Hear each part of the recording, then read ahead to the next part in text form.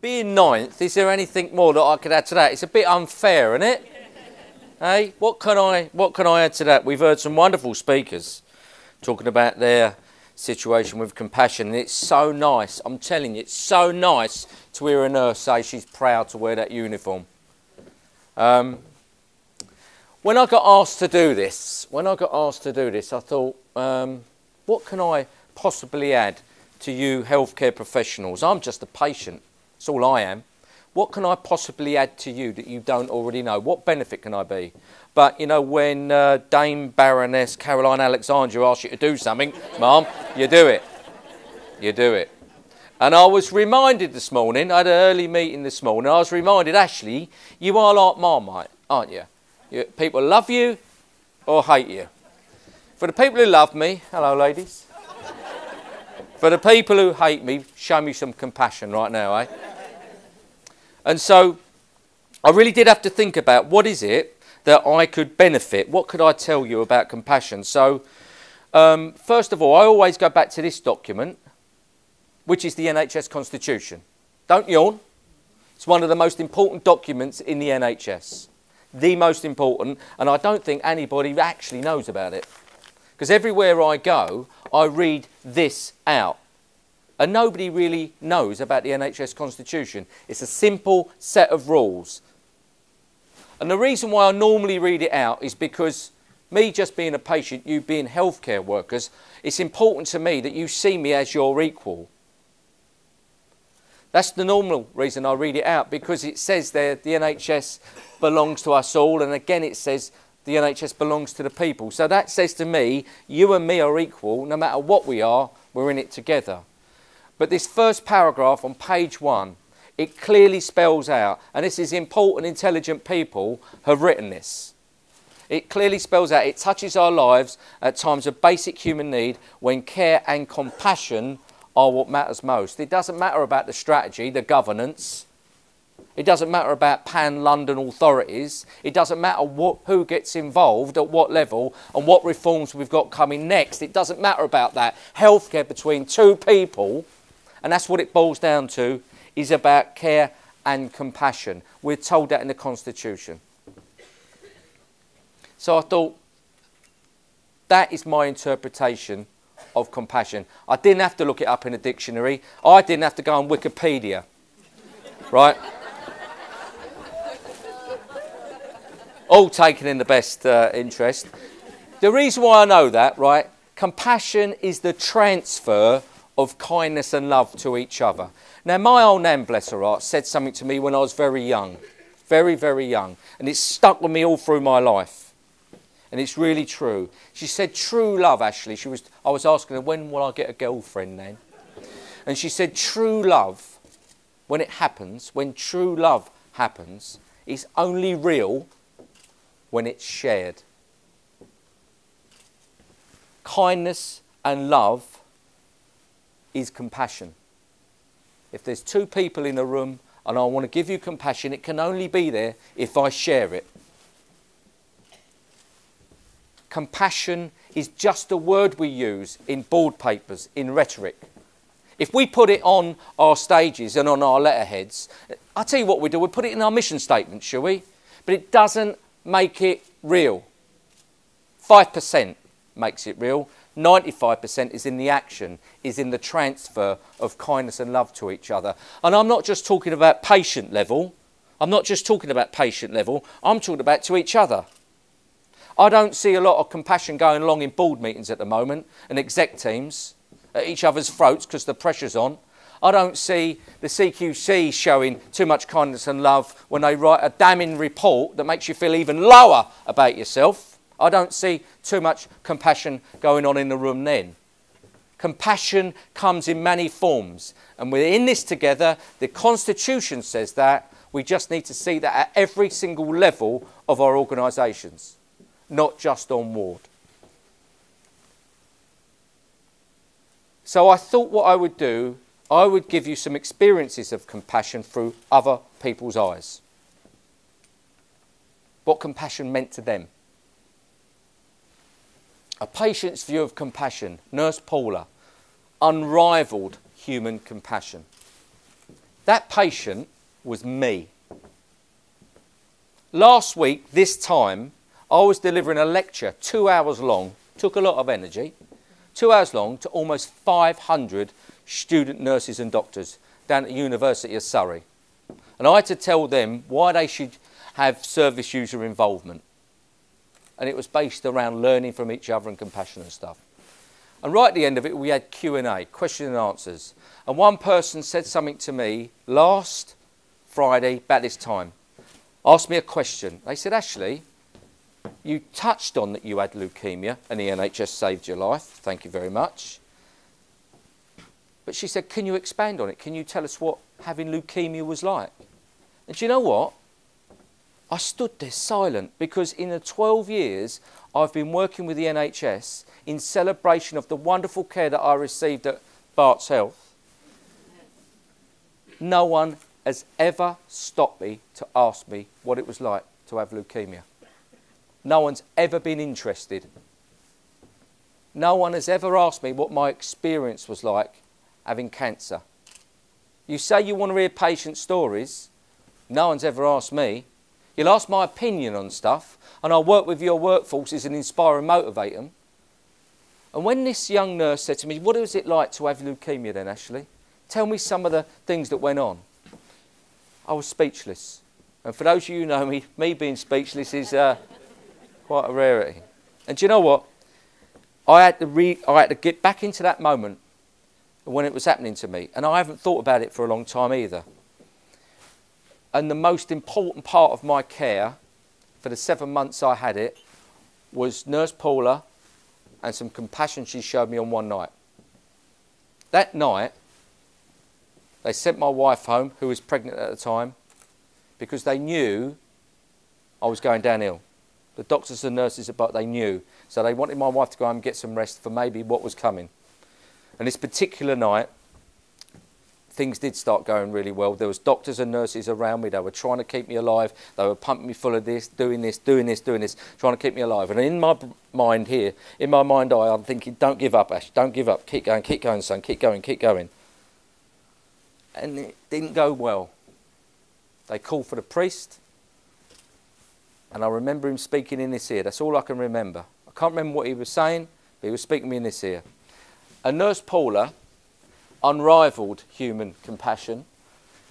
I remember coming in my, well, I didn't realise at the time, I knew afterwards, what I feel as I laid there, and it was all going horribly wrong, was this person at this side of me. And what Paula did, as a nurse, she just held my hand. Didn't worry about infection control at that point. Do you know what? She just held my hand, and I remember it to this day, and I only recalled it last Friday when they asked me, that she just started stroking my hand ever so gently. Ever so gently. And it makes me feel a bit funny now. And she started, and that's all I could feel. That's all I could feel. And do you know what? That compassion that girl showed me on that day kept me alive. There was something inside my body that felt, you know, that human empathy, that human touch, that human kindness and love exists. And that kept me alive. Ladies and gentlemen, that's compassion. That's compassion at its rawest essence. Starfish. I do a lot of work with workforces in the NHS, especially nursing workforces. You know, I just want to say, do you know what? Care is wonderful. The care you give is wonderful. You know, I've experienced it. And one of the workforces I've been working in is a challenged A&E department.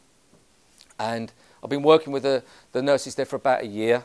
And one of them, a chap called John Delander, magnificent chap, great nurse, right? Been through some of my sessions where we talk about, you know, how we inspire people to do more and care about each other more and that kind of thing. And John took it upon himself to be like the inspirational leader of his team after going through my workshops. And he tells this story. So I've stolen it. So the way he inspires his team under that really pressurised environment of that A&E department is this. And he looks them up on the internet and he delivers. And this one was this. That this, one day, this old man woke up really early, really early. There'd been a big storm the night before, huge storm, and it woke him up early. And he's retired, and what he used to do every morning, he used to take his old dog, his old Labrador, for a walk on the beach. But he got up early that morning because of the storm, woke him up, and he thought, I want to go down on the beach and see what it looks like today. So he got down there, and it was all misty, and the waves were rolling, and it was quite a scene. But in the distance, he thought he saw someone dancing through the mist. He thought, wow, what's that about? There's no one here normally in the mornings. And he got closer, and he got closer, and he got closer, and he saw this sort of shadow, looks like it was dancing like that.